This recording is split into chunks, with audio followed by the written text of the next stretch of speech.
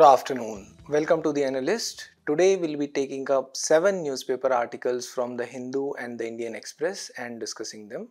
The handout for the same will be available in the description of this video for your kind perusal. Please have a look at that.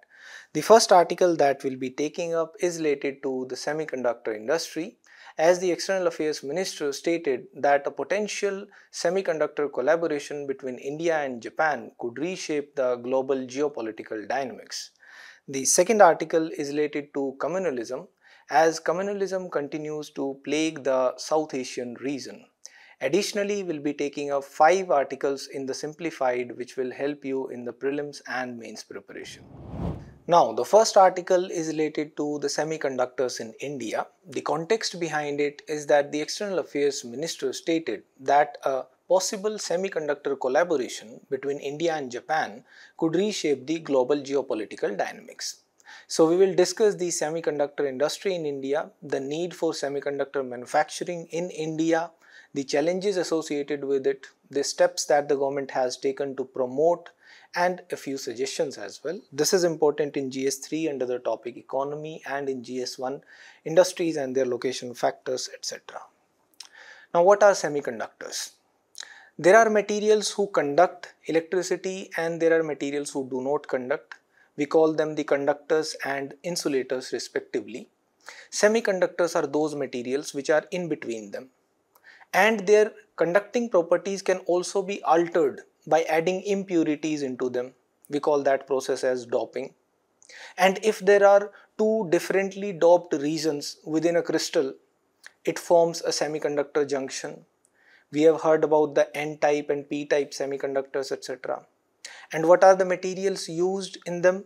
The materials are silicon, germanium, or the compound materials like gallium arsenide, silicon carbide, etc. And why we need them? Because the Indian Electronic and Semiconductor Association says that the consumption growth of the semiconductors in India, it has been increasing by 15% annually. And if we look at the compounded annual growth rate of the semiconductor market, it is about 26% in India. That is, from $26 billion in 2022, it is expected to reach $270 billion by 2032. Now, the usage of semiconductor chips is in various senses. For example, the chips can be digital chips or analog chips. The analog chips, they process a continuous signal and they can be used to measure the real world parameters, for example, measuring temperature, sound, light, etc., and for generating signals. And the digital chips are those which have a binary output, that is 0 or 1. The digital chips, they can be further used either for storage or they can be used for performing logic functions for processes. The memory, that can also be in the form of RAM or NAND chips. The RAM chips are the ones that we use in laptops, computers, which are volatile memory chips. They lose data as soon as they don't have power. Whereas the NAND chips are those, they keep that memory even when they lose power, but they are usually slower and they store less data. And the logic functions are performed through the GPUs, the graphic processing units, and the CPUs. The GPUs usually perform several processes parallelly and the CPUs usually give directions to other chips. These are just a few basics that we also need to understand. Now, how are the semiconductor chips manufactured? We hear about the AMD using 3 nanometer chips, Intel using 7 nanometer chips, etc. How are they manufactured? The silicon, it is mined from the sand, it is converted into thin wafers, and that is used for the development of the semiconductor chips. We do not need to go into the technical details, just a basic understanding will suffice. That is, a wafer is formed first and it becomes the foundation for the semiconductor. On the wafer, an oxide film is created and on top of it a photoresist material is pasted.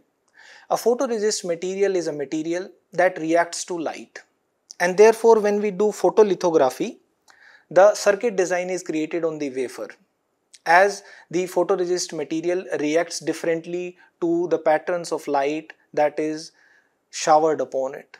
And after that, the unnecessary materials are removed from the chip. We call it etching, dry etching or wet etching, and the areas which are unprotected by the photoresist, they are removed by gases, etc. And then there is an ion implementation which is done. There is a coating of a thin film and ions are showered on the chip. And finally, there is a metal wiring which is done, that is the putting of metal bridges to allow the electricity to flow through the chip, essentially helping the chip in performing its desired function. And finally, the wafers, they are cut into individual semiconductor chips and they are usable as individual parts in electronic items, etc.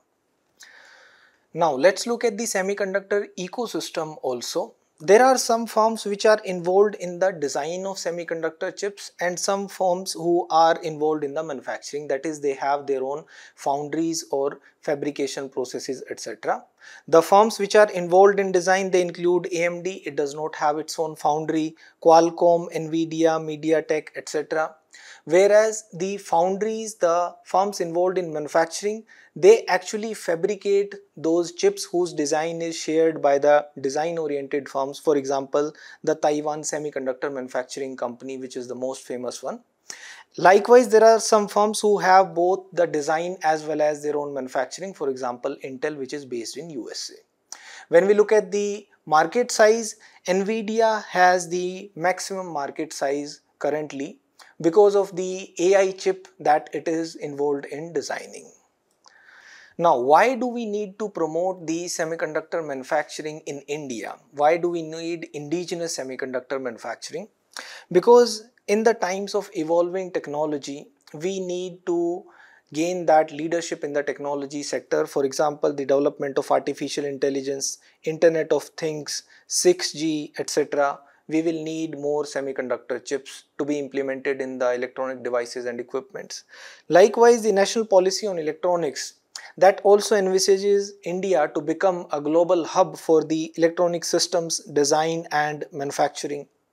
Likewise, it will be important for ensuring national security and the interests, as they will be protected if we have indigenous manufacturing for the semiconductor chips and we are not dependent upon the imports, and we may not have to face the backlash in case there is a trade rivalry between US-China which plays out. Likewise, the supply chain bottlenecks, they can be avoided if we have indigenous manufacturing. For example, Russia has 40% of the palladium, Ukraine has 70% of the neon in the world. At the same time, there can be global geopolitics which can be playing out. Therefore, to ensure that we are not dependent upon the imports, we have to build indigenous manufacturing in the industry. Plus, there will be an increasing demand. For example, the government's push for digitalization will also increase demand. At the same time, the increasing population will also require more gadgets, and it will lead to the employment generation as well. Also, we observed that during the times of COVID, during the times of lockdown, there was a global shortage of the chips that happened. It happened because of the disruptions in the supply chain. And at the same time, parallelly, the demand for chips also increased because the demand for computers and laptops increased, because there was an increasing trend of work from home and therefore people needed computer systems. And at the same time, Taiwan experienced a scarcity of the semiconductor chips, and the US-China trade rivalry also played out. And how it had a negative impact, it affected over 160 industries, resulting in production cuts, long queues of customers and price increases. For example, in India, the auto industry was severely impacted and they were the worst hit and forced to cut the output by up to 40% just because they were not able to lay their hands on enough chips that are installed in the auto parts. But there are certain challenges in the indigenization of semiconductor sector in India. One, it is capital intensive. It needs $1 billion investment. That's a huge amount. And it has a long gestation period. For a foundry to be set up, a semiconductor manufacturing company to be set up, it will take about 5 years from the start for it to become profitable. And it requires skilled labor as the advanced technologies also. These technologies, most of them, they have been patented and more research needs to be put in. The imports of raw material will become another issue, because in India the critical minerals, they are not enough, and we will have to import silicon as well. Plus there is the production of toxic waste also from this semiconductor manufacturing industry. For example, the production of antimony, production of arsenic, etc. And at the same time there will be geopolitics which will be involved. For example, the China will not be keen on ensuring that the other countries also develop the manufacturing capabilities in the semiconductor sector, and they won't be sharing technology, and there can be the trade rivalry between US and China as well. So what are the steps that the government of India has taken to promote semiconductor manufacturing in India? The government came up with a comprehensive India semiconductor mission. In this mission, there are several schemes. It essentially gives fiscal incentives also. For the semiconductor fabrication, it offers fiscal support up to 50% of the project cost if the applicant is approved. And it also promotes substantial investments for the establishment of the semiconductor wafers fabrication facilities in India. For display fabrication also, it gives fiscal support up to 50% of the project cost and focuses on increasing the display fabrication facilities. It also promotes compound semiconductors. That is, there will be a fiscal support of 50% of the capital expenditure to the facilities which are involved in compound semiconductor manufacturing, silicon photonics, sensor and discrete semiconductor fabrication, etc. At the same time, there is a design linked incentive scheme also, which is a part of the mission. In this scheme, the product design linked incentives are also offered. The incentives of up to 50% of the eligible expenditure. If a new product is developed, if a new design is developed, up to 50% of the expenditure incurred on that design and its deployment linked incentives from 6% to 4% on the net sales will also be provided, and these incentives will be provided for a 5-year period. At the same time, India also tried to collaborate with US as well. We have a strategic technology partnership in place with USA, that is the India-US Initiative on Critical and Emerging Technologies. There is a Chips to Startup program also which was floated recently. As per this, the specialized manpower will be developed. That is, it aims to train 85,000 specialized manpower in the areas of embedded system design and VLSI, and it offers financial support and design infrastructure support as well for the development of system on chips, application specific integrated circuits, the IP cores, FPGA designs, etc. Now, what can the government further do to promote the manufacturing of semiconductors in India? One, we need to give more fiscal support. Since the sector is a capital intensive sector, the government can invest more in this sector initially and promote the semiconductor manufacturing companies also to invest in India. At the same time, the training and skilling also is required to be taken up to ensure that we have enough force with enough skills, and the collaboration with other countries can also be explored apart from USA as well. At the same time, we can ensure the diversification of our supply chain. The imports of not only the wafers but also raw silicon, so that we are not dependent upon any one country and promote our own manufacturing from raw silicon itself. At the same time, we can learn from Taiwan. How did Taiwan become so proficient in the semiconductor chips manufacturing industry?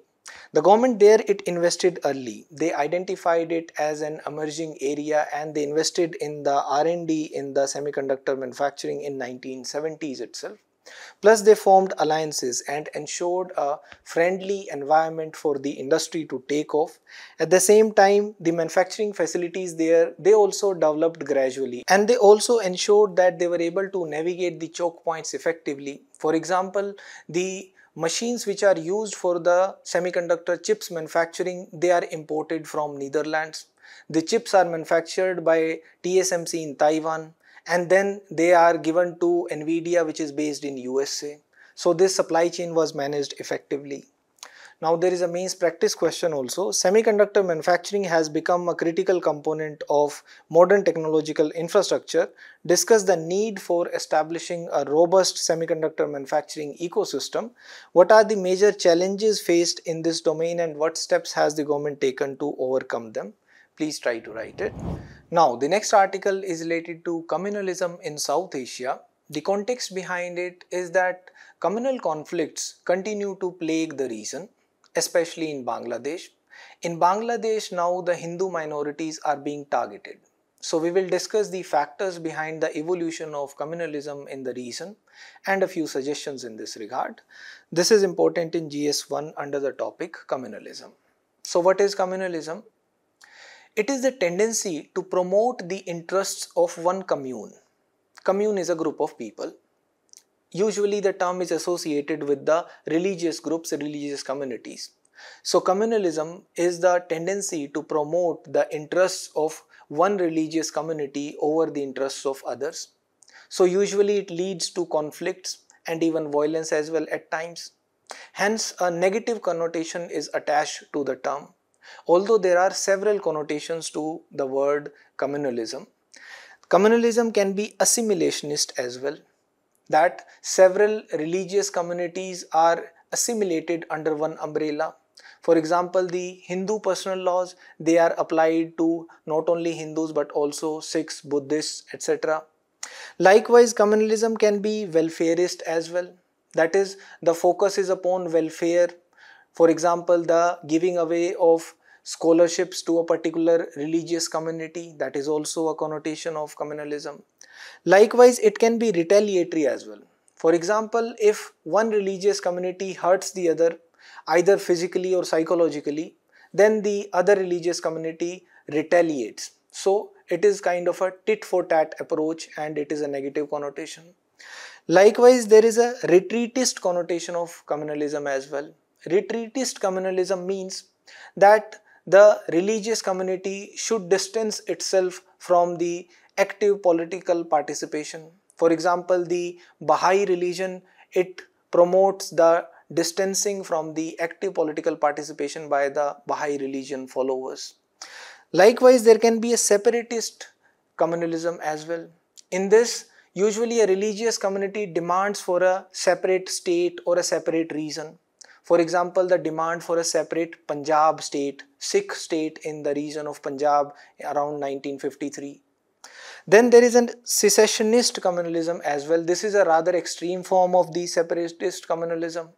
In secessionist communalism, a religious community demands for a separate nation altogether. For example, the demand for a Sikh nation by the Khalistanis, that is a form of secessionist communalism. Now, communalism also evolves through stages. We can say that there are broadly three stages of communalism. First, there is a foundation of communal ideology. First, the belief develops that the secular interests also for a religious community, they are separate from the other religious communities. Even their secular interests like social interests, political interests, cultural aspects, etc., they are separate from the other religious communities. Hence, a communal ideology forms that way. The second stage becomes the identification, or rather the notion that their interests are not similar to the interests of the other religious communities. Their interests are different, dissimilar to the interests of different religious communities. And the third stage becomes that their interests, they cannot coexist with the interests of other religious communities. That is, they are incompatible with the interests of other religious communities. Hence, they become hostile and there is an antagonism which develops. So how has this evolved in India? One school of thought says that it is a British gift to India, that they adopted policies like divide and rule which sowed the seeds of communalism. They divided Hindus and Muslims. They took up appeasement. For example, their appeasement of Sir Syed Ahmad Khan. And what did Sir Syed Ahmad Khan do? He encouraged Muslims to distance themselves from Congress. He discouraged Muslims from joining Congress. They took up measures like partition of Bengal, which led to the feelings of communalism. Through the partition of Bengal, they created two provinces. a western province which had a Hindu majority and an eastern province which had a Muslim majority. Likewise, they came up with ideas like communal award, the communal award of 1932, whereby they projected that the interests of the oppressed communities, the depressed communities, they are different from the interests of the other communities. Another reason is the socio-economic reason. That is, there were differences in the language, the culture and the social status of the people belonging to different religious communities. There were educational disparities also. For example, the average education levels among Muslims was less. There were economic disparities also. At the same time, there was a delayed political consciousness.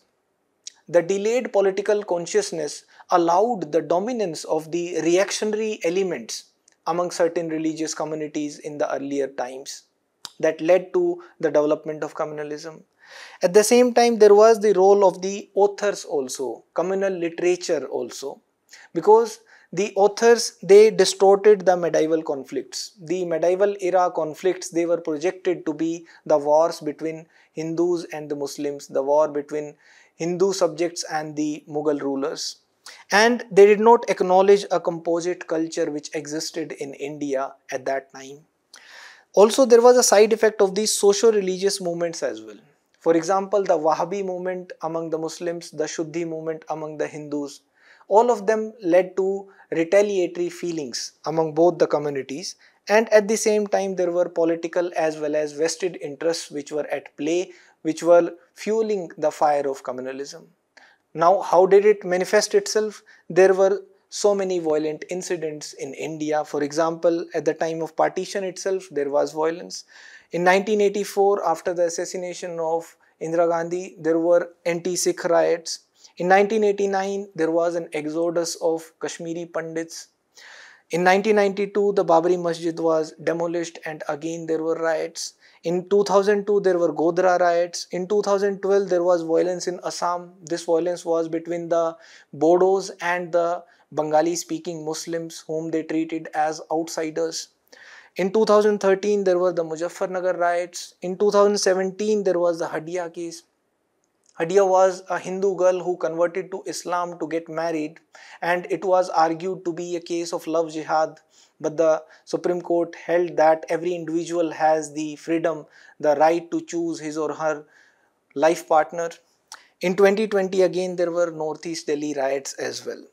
So how can we counter the menace of communalism? How can it be resolved?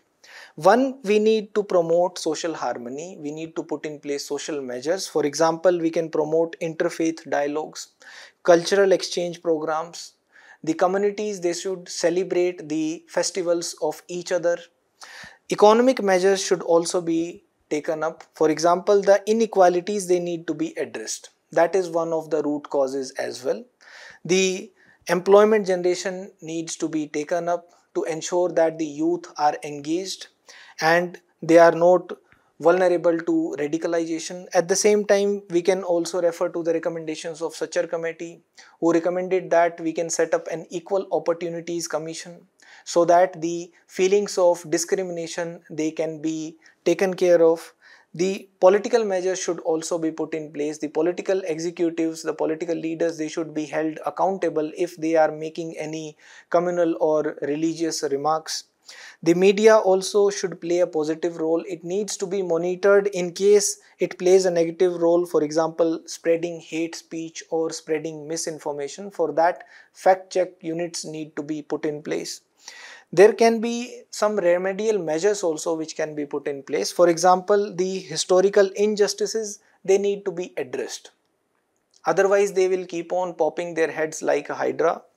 And we need to promote the secular Indian ethos, promote the value education as well as counter the radicalization which can wean away our youth. And we can also enact laws specifically for the communal violence as well as mob violence. And for the implementation of Uniform Civil Code, first we need to build a larger consensus. For that, consultations need to take place at a wider scale. Now there is a means practice question also. In India, communalism carries several connotations. Analyze the causes of communalism in India considering historical, social and political factors. What suggestions would you offer to address and reduce communal tensions? There was a previous year question also in 2018 regarding the same.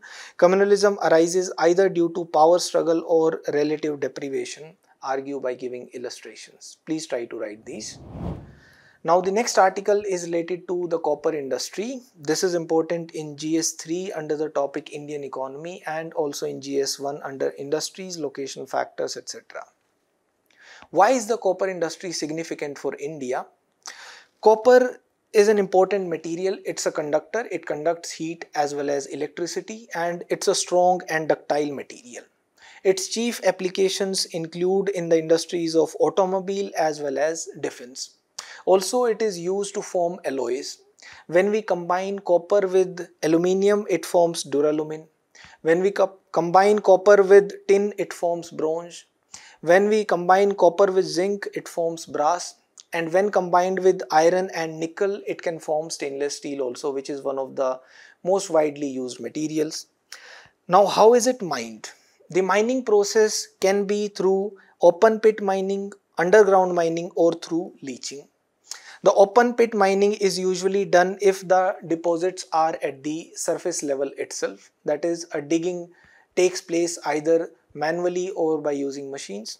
Underground mining is used for deeper deposits. Usually copper is a deep-seated mineral, and it can be done through leaching also. It is a chemical process for extracting copper from ores. After the mining of the copper ore, it is usually refined. That refining is done through smelting as well as electrolytic refining processes. These are highly energy consuming as well as environmentally degrading processes although. Now, where is copper located in India? The major copper reserves, they are located in Rajasthan in the Jhunjhunu belt, in Madhya Pradesh in the Balaghat district, that is the Malanjkhand mine. It is the largest open pit copper mine in India. It is also located in Jharkhand in the Singhbhum copper belt in India. Now, when we look at the state-wise production of copper in India, the maximum production comes from the state of Madhya Pradesh.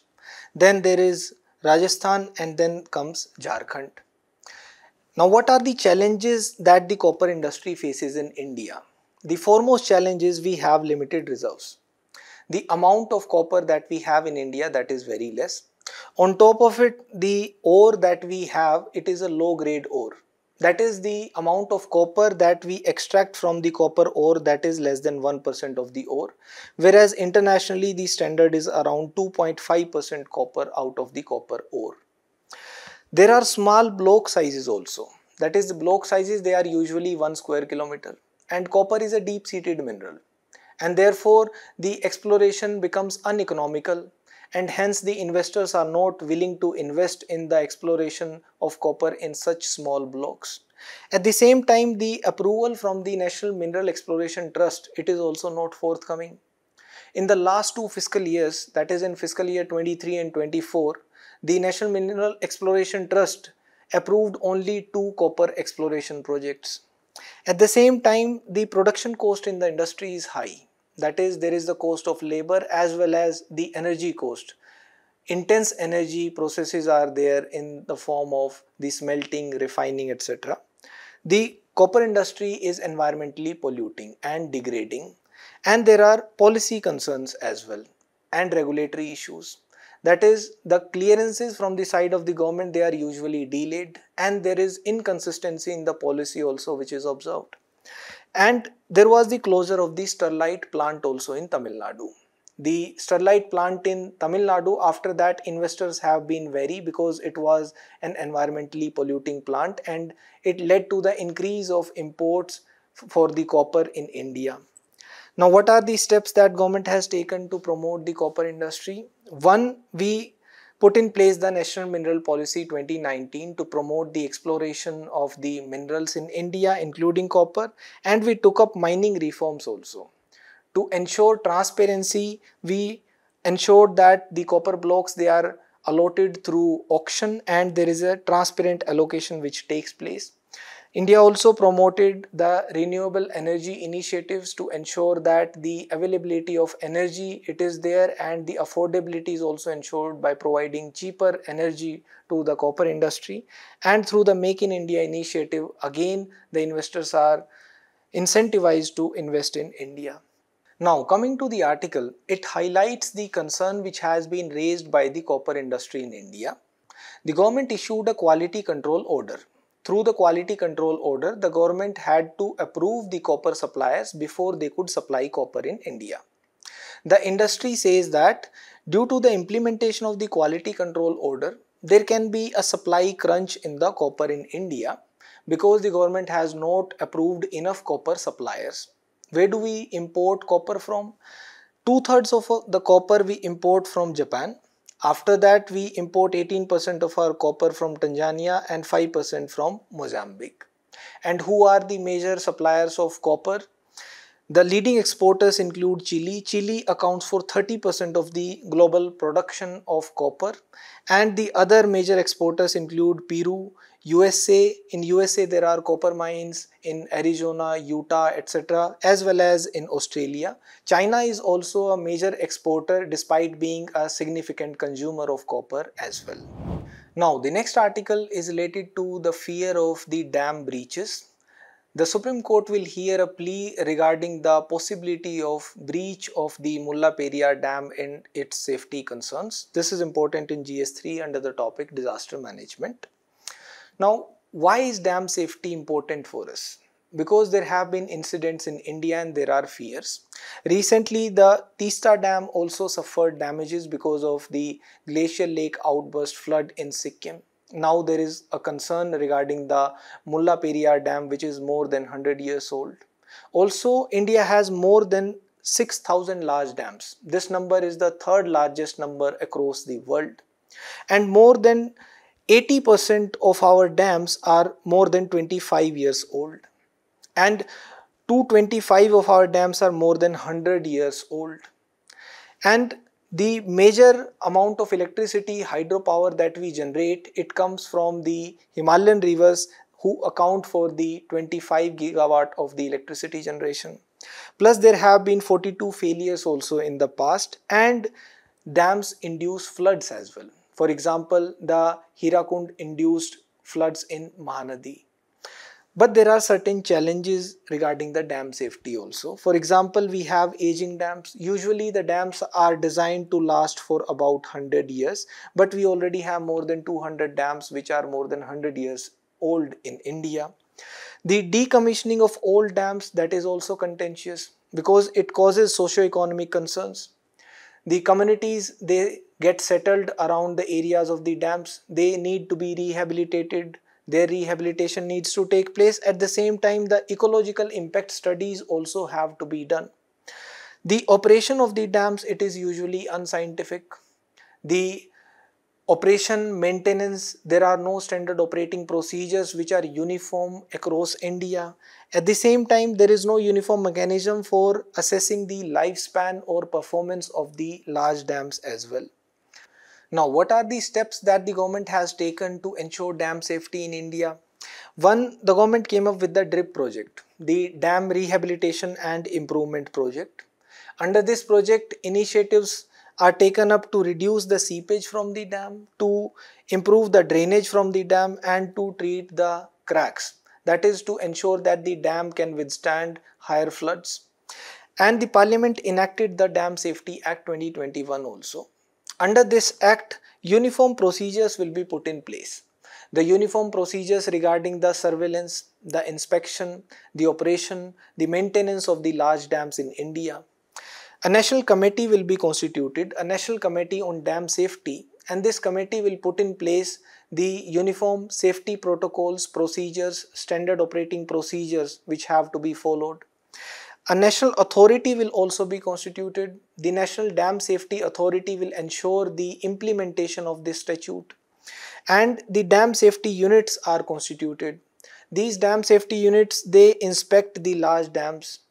And the hazard classification is done, for which the preventive measures can be taken up, and penal provisions are also put in place that if the provisions of this act are not adhered to, then the authority will be penalized.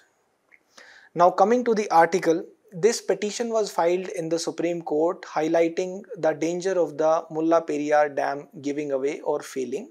And if it fails, it may lead to the floods in Kerala. 5 million people of Kerala would be at risk, as it is a limestone and Surkhi Dam which was commissioned in 1895, that is more than 125 years ago, and it had an estimated lifespan of only 50 years. And God forbid, if the dam breaks, then it may flood the districts of Idukki, Ernakulam, Alappuzha as well as Kottayam also. Therefore, the plea says that the water level in the Mulla Periyar Dam, the maximum allowed level should be brought down from 142 feet to 120 feet. Now, the next article is related to new climate obligations. This is important in GS3 under the topic environment. An advisory opinion was sought by the United Nations General Assembly from the International Court of Justice in this matter. So first let's look at the International Court of Justice. The ICJ, it is also known as the World Court. It is the principal judicial organ of the United Nations, and it is located in The Hague, which is in Netherlands, and it is the only one of the 6 principal organs of the United Nations which is located outside of United States of America. This was established in June 1945. It was established through the UN Charter, and its hearings are always conducted in public, that is anyone can attend these hearings. The official languages that are used in the International Court of Justice, they are French and English. Now what powers does it have, the International Court of Justice? It takes up 2 kinds of cases. 1, the contentious cases, and 2, the advisory opinions. The contentious cases are those cases where the ICJ is acting as a dispute settlement body between 2 countries, where the dispute is between 2 countries, and the dispute can be regarding the land frontiers, maritime boundaries, territorial sovereignty, the non-use of force, violation of international humanitarian law, non-interference in the internal affairs of the other states, and the diplomatic relations. Additionally, it can give an advisory opinion also if a legal question is referred to it by the United Nations General Assembly or any of the specialized agencies of the United Nations. Regarding the contentious cases decisions, whatever decision it gives, it is final and binding, and no appeal can also be filed against that decision. Whereas the decisions given in the advisory opinions, that is the advice given, that is not binding. The decisions it gives in accordance with the international law. Now the international law, that is also not codified. So essentially it gives decisions based upon the international conventions, international customs, the general principles of law which are recognized by the civilized nations, judicial decisions, and the writings of the experts on the international law as well. What is it composed of? The International Court of Justice, it comprises of 15 judges. All the 15 judges, they are taken from different countries, no 2 judges from the same country. They are elected. Who elects them? They are elected by the United Nations General Assembly and the United Nations Security Council. They are elected for a term of 9 years, and they are elected by majority voting in the General Assembly and the Security Council. 1/3 of the judges of the ICJ are elected every 3 years, and the judges of ICJ, they are also eligible for re-election as well. Now coming to the article, an advisory opinion was sought by the United Nations General Assembly from the International Court of Justice regarding the obligations of the developed countries regarding climate change and the legal consequences of the obligations.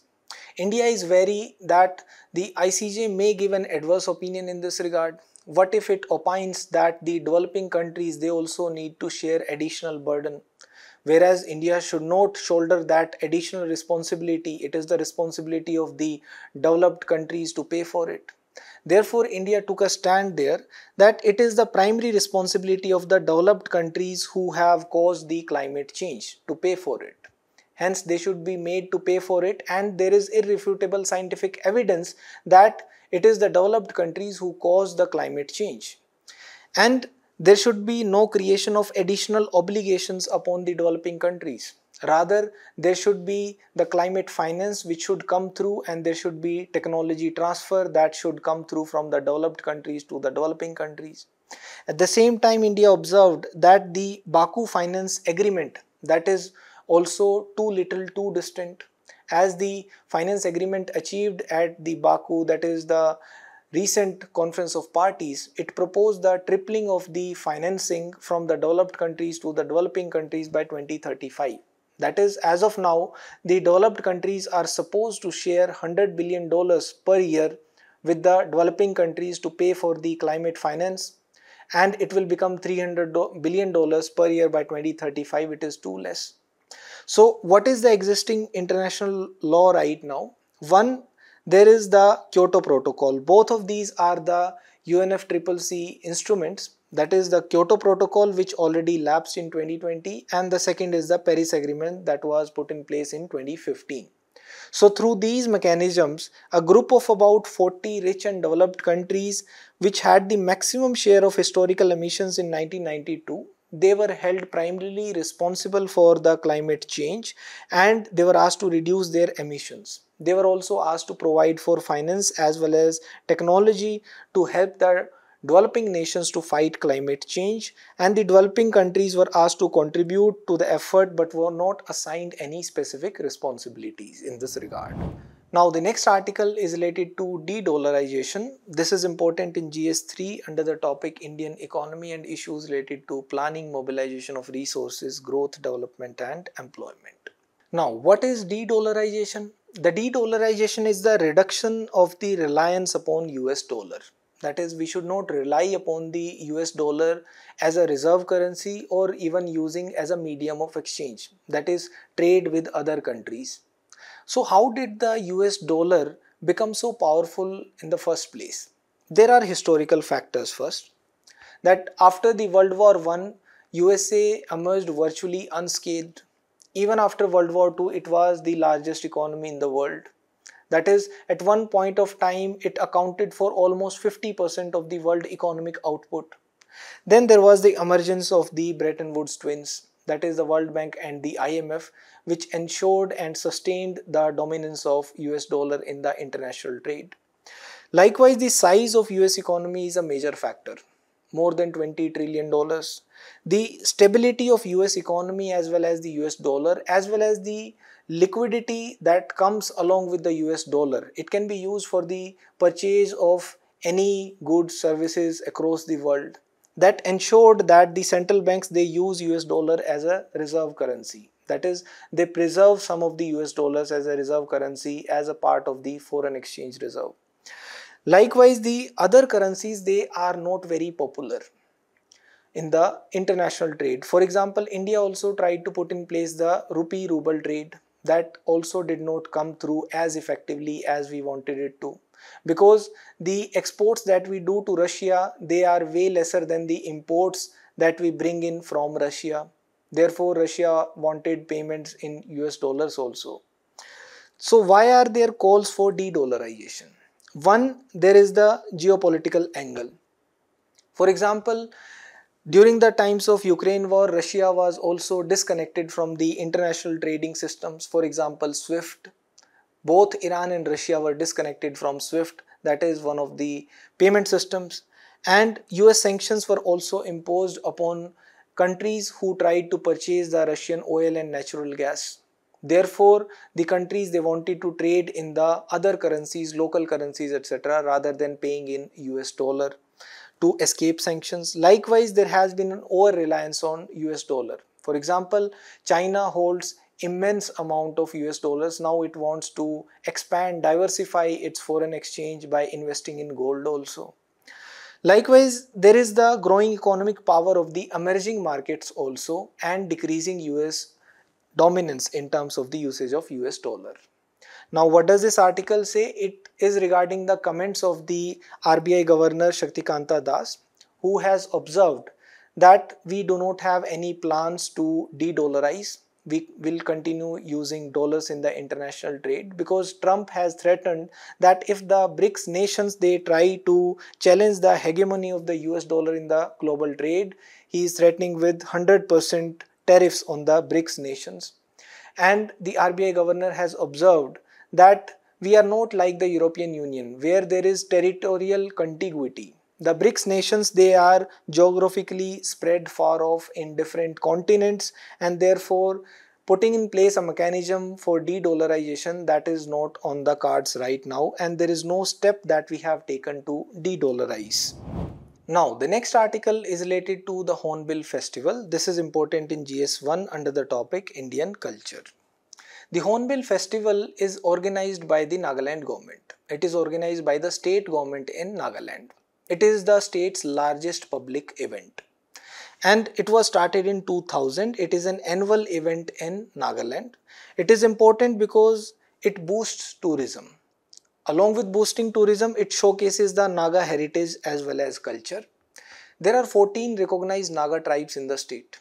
And this festival acts like a unifying force, unifying these tribes, as this festival is the umbrella of the major festivals which are celebrated by the tribes.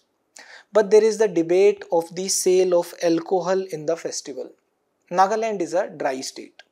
Although in the Naga customs and practices, there was the brewing of rice beer which was done in the old customs also. But currently the state consists of 87% Christians who arrived through the American Baptists. There was the arrival of American Baptists to Nagaland in the 1870s, and after their arrival, new moral codes were put in place. That is, there should be no brewing of the rice beer in Nagaland. There was help that the Christians got from the Naga Mothers Association also in ensuring that Nagaland becomes a dry state. But in the Hornbill Festival, this is the only time where there is the consent of government also, and where thutse or the local rice beer is openly sold and liberally consumed. Now the government is considering a rethink on the prohibition law that is put in place in Nagaland. The government's advisor on excise had also observed that the intended objectives of the Prohibition Act in Nagaland, they have not been met. Rather, there should be regulation instead of prohibition, because the state sees large-scale smuggling of liquor from the neighboring Assam. And the excise inspectors of Nagaland, they are not able to check this smuggling. Additionally, it leads to the prevalence of bootleggers and the spurious liquor, which leads to the health damage as well. And simultaneously, there is the loss of the excise revenue in Nagaland. Thank you.